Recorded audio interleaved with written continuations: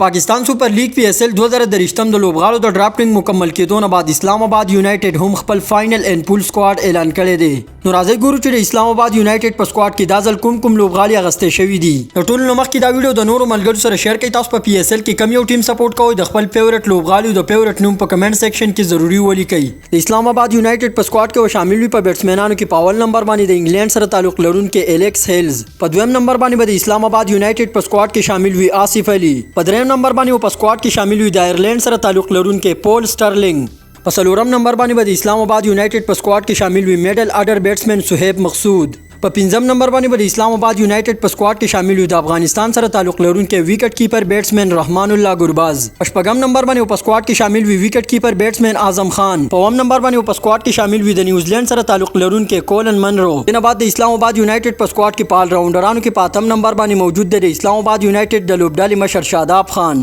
د اسلام آباد په سکواډ کې په نهم نمبر باندې موجود وي آل راونډر فهیم اشرف، په لسم نمبر باندې د اسلام آباد یونایټډ د سکواډ حصہ وي آل راونډر معین علي، په یولسم نمبر باندې د اسلام آباد یونایټډ په سکواډ کې شامل وي د وزیرستان سره تعلق لرونکي آل راونډر فاسټ بولر محمد وسیم وزیر، په 12 نمبر باندې د اسلام آباد یونایټډ په سکواډ کې شامل وي آل راونډر مبشر خان، په 14 نمبر باندې د اسلام آباد یونایټډ په سکواډ کې شامل وي د افغانستان سره تعلق لرونکي فاسټ بولر فضل حق فاروقي، په 14 نمبر باندې د اسلام آباد یونایټډ په سکواډ کې شامل وي فاسټ بولر رومان رئیس، په 15 نمبر باندې د اسلام آباد یونایټډ د سکواډ حصہ وي لیگ سپینر ابرار احمد، په 14 نمبر باندې په سکواډ کې شامل وي فاسټ بولر حسن علي، په 18 نمبر باندې د اسلام آباد یونایټډ په سکواډ کې شامل دی حسن نواز، په 13 نمبر باندې د اسلام آباد یونایټډ په سکواډ کې شامل وي فاسټ بولر زیشان ضمیر.